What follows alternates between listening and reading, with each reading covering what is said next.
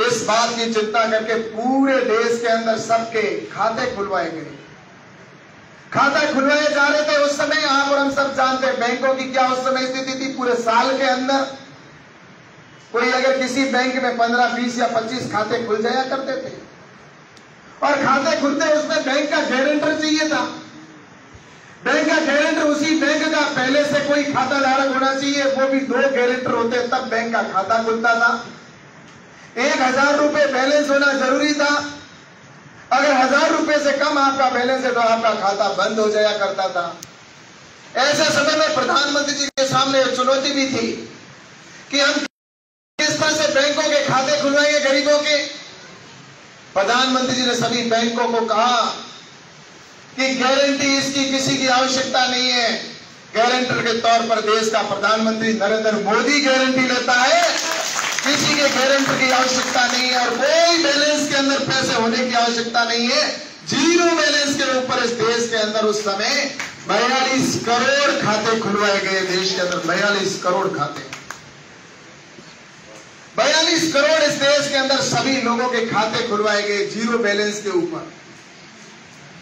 Bank वालों को तो एक बार यकीन ही नहीं हुआ कि ऐसा हो सकता है क्या, कैसे होगा। कई प्रधानमंत्री जी के सामने बैंकर्स ने विषय रखे, अन्य के किस तरह से खाते खुलेंगे, कैसे होगा। लेकिन प्रधानमंत्री जी ने कमिटमेंट कहा था कि मेरे को इस देश के अंदर गरीब को सीधा पैसा देने की आवश्यकता है और इसलिए सीधा 100 रुपया उसके खाते में जाना चाहिए। आज आपने देखा होगा, आज किसानों के लिए खाते में अगर आपने देखा होगा 100 रुपए भी अगर हमारे 6000 रुपए जाते हैं, प्रधानमंत्री आदरणीय नरेंद्र मोदी जी एक बटन दबाते हैं हर 4 महीने के अंदर, और एक बटन दबाते ही 1 मिनट के अंदर 11.5 करोड़ किसानों के खाते में 2000 रुपए पहुंच जाते हैं। कोई बीच में नहीं। जब कोरोना आया था उस समय आपको पता होगा, कोरोना के संकट के समय के अंदर भी प्रधानमंत्री आदरणीय नरेंद्र मोदी जी ने इस बात की चिंता की कि मेरे देश का कोई भी व्यक्ति भूखा नहीं सोए, किसी प्रकार से कोई भी रात को भूखा ना सोए। इस बात की चिंता करते हुए इस देश के अंदर 80 करोड़ लोगों को खाद्य सामग्री के तौर पर आज भी देने का काम प्रधानमंत्री जी कर रहे हैं।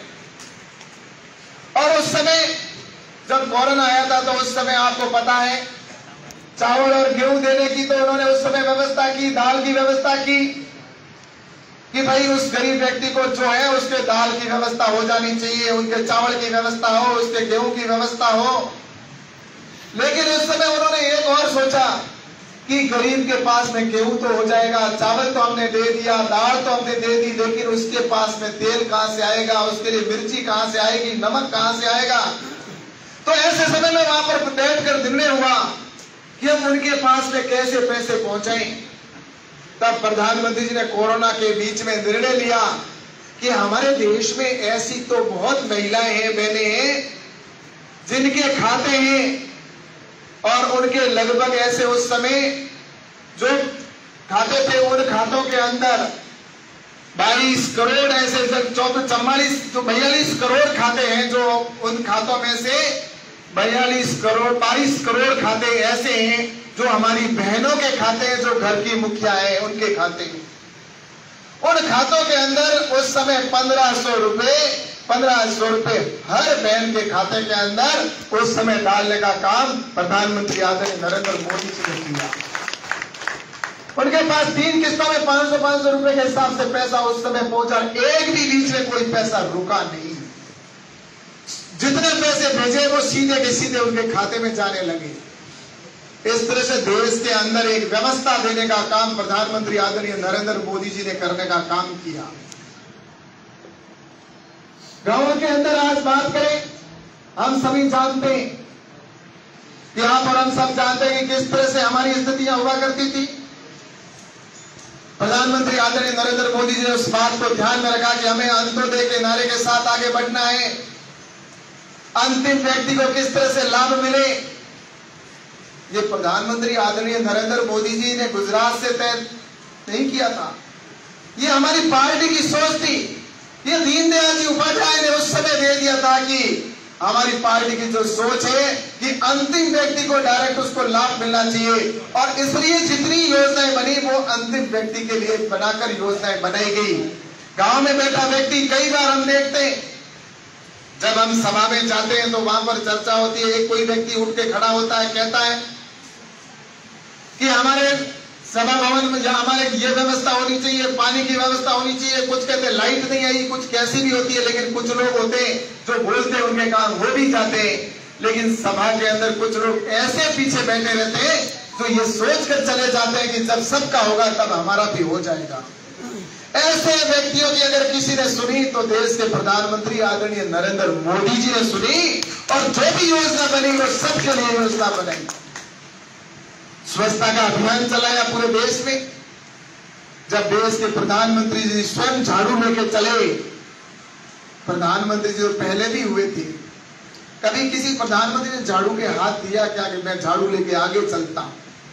प्रधानमंत्री मोदी जी ने जब झाड़ू हाथ में लेकर चले तो पीछे पूरा देश चल पड़ा, और पूरे देश के अंदर आज देख लीजिए आप, स्वच्छता की अगर बात करते हैं, हमसे ज्यादा हमारे बच्चे बात करते हैं कि अगर हमने घर में अगर कोई ऐसा कूड़ा अगर कहीं पर बाहर डाल दिया है तो हमारा छोटा सा अगर बच्चा भी है, बेटा है, बेटी है, वो भी कहते हैं पापा जी ये कचरा आपने इस फर्श के ऊपर डाल दिया है, इसको डस्टबिन में डालने का काम करो।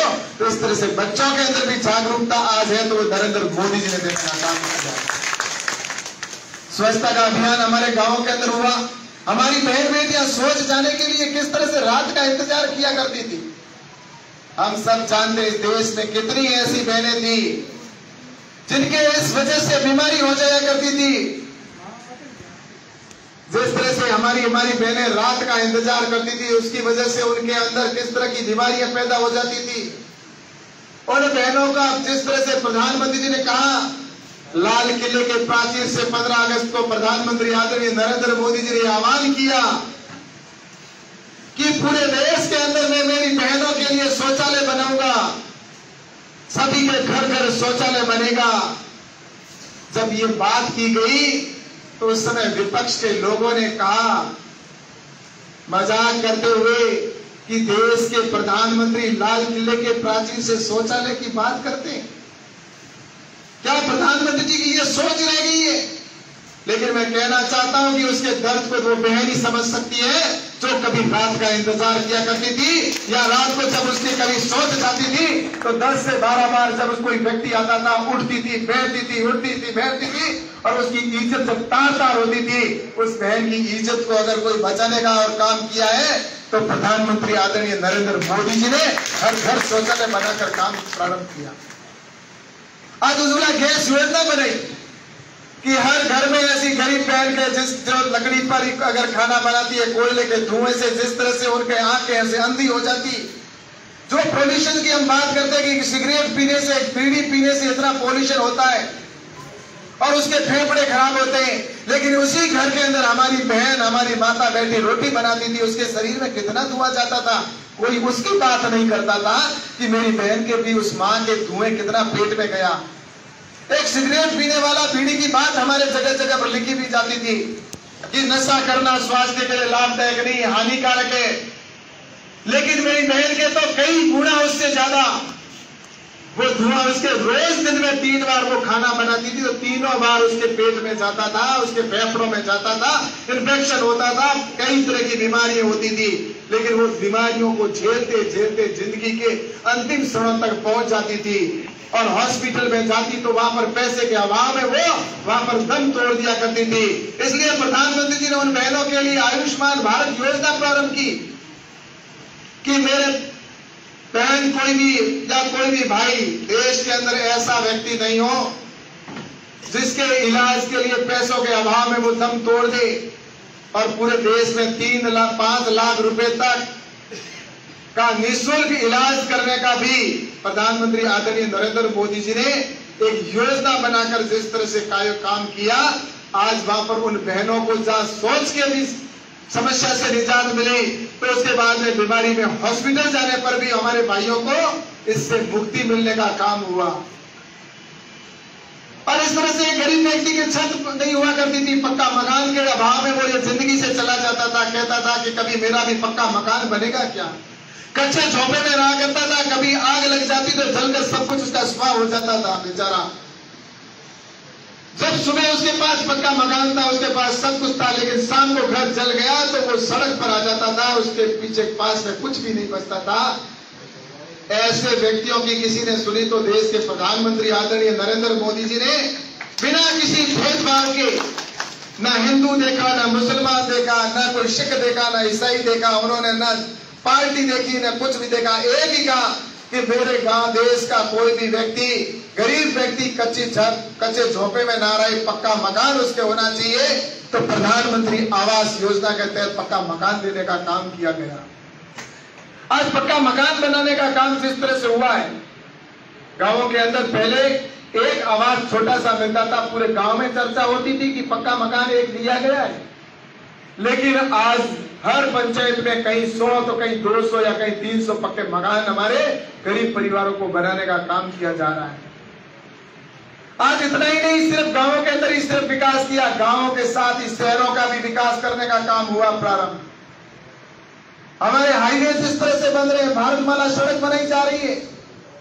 आज भारतमाला की अगर बात करें तो पूरे देश के अंदर चारों तरफ हमारे जो सैनिक हैं, वो अगर किसी भी सीमा के ऊपर वो अगर जाना चाहते हैं, कहीं पर भी जाना चाहते हैं तो आराम से जा सकते हैं।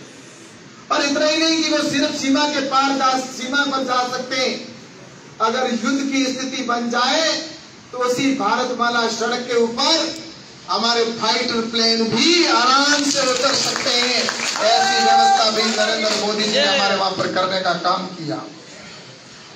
और लगातार जैसा कि हमारे प्रधानमंत्री जी के नेतृत्व में, चाहे भारतमाला सड़क हो, चाहे किसानों के कल्याण की बात हो, चाहे मजदूरों के लिए हो, चाहे हमारे युवाओं के स्टार्टअप के तौर पर हो, हमारे युवाओं को स्टार्टअप के तौर पर कि वो किस तरह से अपना खुद का बिजनेस स्थापित करें, उसके लिए उनको सहयोग प्रदान करें। इस कोरोना के संकट के अंदर आपने देखा होगा हमारे युवाओं के लिए 20 लाख करोड़ रुपए का इंफ्रास्ट्रक्चर फंड का प्रावधान किया गया। और इतना ही नहीं, इस कोरोना के संकट के अंदर आपने ये भी देखा होगा कि इस कोरोना के संकट के अंदर जहां पूरा विश्व सब इस बात की चिंता कर रहा था कि इस कोरोना का इलाज क्या है, हम कैसे इलाज करवाएंगे, लेकिन आपने देखा होगा कि विश्व में सबसे पहले अगर कोई वैक्सीनेशन तैयार हुआ तो वो हिंदुस्तान के अंदर हुआ। और एक नहीं, 2 वैक्सीनेशन तैयार किए हमने। और इतना ही नहीं, 20 करोड़ लोगों को, 200 करोड़ लोगों को निःशुल्क वैक्सीनेशन करने का काम अगर किया तो भारत की सरकार, नरेंद्र मोदी जी की सरकार ने इस देश में करने का काम किया। वरना बीमारियां तो पहले भी आती थी, चेचक जैसी कई बीमारियां और भी आई, लेकिन उनका वैक्सीनेशन आते आते 20-30 साल लग जाया करते थे, दूसरे देशों के ऊपर हम निर्भर रहा करते थे। लेकिन आज मैं आपसे कहना चाहता हूं कि चाहे कोरोना की हो, चाहे हमारे गाय के लिए लंपी बीमारी की हो, जैसे ही इस देश के अंदर लंपी बीमारी आज हमारी गायों के लिए आई तो प्रधानमंत्री आदरणीय नरेंद्र मोदी जी ने तुरंत हमारी मीटिंग लेकर और आईसीआर के सभी साइंटिस्टों को कहा कि तुरंत प्रभाव से इसका वैक्सीनेशन होना चाहिए। और मुझे बताते हुए प्रसन्नता है कि आज से 15 दिन पहले उस वैक्सीनेशन का लॉन्चिंग कर दिया और वो वैक्सीनेशन आज गायों के जो भी स्टेट गवर्नमेंट लेना चाहे तो उनके लिए वैक्सीनेशन तैयार है। इस तरह से एक काम करने का उनका प्रधानमंत्री जी का एक विजन, सोच के साथ वो आगे बढ़ रहे हैं। आपको बताना चाहूंगा कि आज जितने भी जो भी काम हो रहा है उसके पीछे एक ही सोच है कि हमारा देश आगे बढ़ना चाहिए, भारत हमारा परम वैभव तक पहुंचना चाहिए। और इसके साथ आपको बताना चाहता हूं कि जिस तरह से आपने देखा होगा कि हमारे यहां पर प्रधानमंत्री आदरणीय नरेंद्र मोदी जी ने जो देश का सम्मान बढ़ाया, देश का जो आगे बढ़ाया, आज भारत की प्रतिष्ठा चारों ओर फैल रही है। पूरे विश्व में भारत की प्रतिष्ठा बढ़ी। और अभी जो सर्वे हुआ विश्व के जब सबसे बड़े सब नेताओं का जब सर्वे हुआ कि सबसे ज्यादा कौन लोकप्रिय नेता है इस देश का, तो सबसे ज्यादा लोकप्रिय अगर कोई विश्व का नेता है तो नरेंद्र मोदी जी है। और सर्वे के अंदर विश्व के 75% लोगों ने प्रधानमंत्री आदरणीय नरेंद्र मोदी जी के समर्थन में अपनी बात को कहा और सर्वे में 75% लोग नरेंद्र मोदी जी की वाहवाही कर रहे हैं इस विश्व में। अब विश्व देश पूरा देखने लगा है कि नरेंद्र मोदी जी की तरफ। आपने देखा होगा कि आज भारत के अंदर भारत की प्रतिष्ठा भी बढ़ी है, तो हमारे कई महत्वपूर्ण निर्णय भी इस देश के अंदर हुए। आप और हम सब जानते हैं भगवान श्री राम का मंदिर का विवाद कितने वर्षों से चल रहा था, कितने लोगों ने बलिदान दे दिया इस राम के मंदिर के लिए। भगवान श्री राम का मंदिर अयोध्या में बने, कितना सर्वसहमति से निर्णय आना और कितना सरलता के साथ सबको साथ में लेकर और निर्णय आया। और आपने देखा होगा कि अब भव्य मंदिर राम का अयोध्या में बनने जा रहा है। आज धारा 370 के लिए कितने लोगों ने जाने दिए। धारा 370 के लिए इस देश के अंदर लगभग 44,000 से अधिक लोगों ने जाने दिए, चाहे वो सैनिक हो चाहे आम नागरिक हो। कहा करते थे कि धारा 370 हटाने के लिए नरेंद्र मोदी जी को पुनः जन्म लेना पड़ेगा, ऐसे और दोबारा आना पड़ेगा। लेकिन धारा 370 रातों रात हटी, किसी को पता भी नहीं चला। इसे कहते हैं दृढ़ निश्चय और सही निर्णय, और उसी का परिणाम है कि धारा 370 भी हमारे वहां से हटी। और इसके साथ ही आज मैं आपसे कहना चाहता हूं कि हमारा देश आगे बढ़ रहा है और अब विश्व में जहां हमारा भारत का सम्मान बढ़ा है, पहले कोई देश अगर देश दूसरे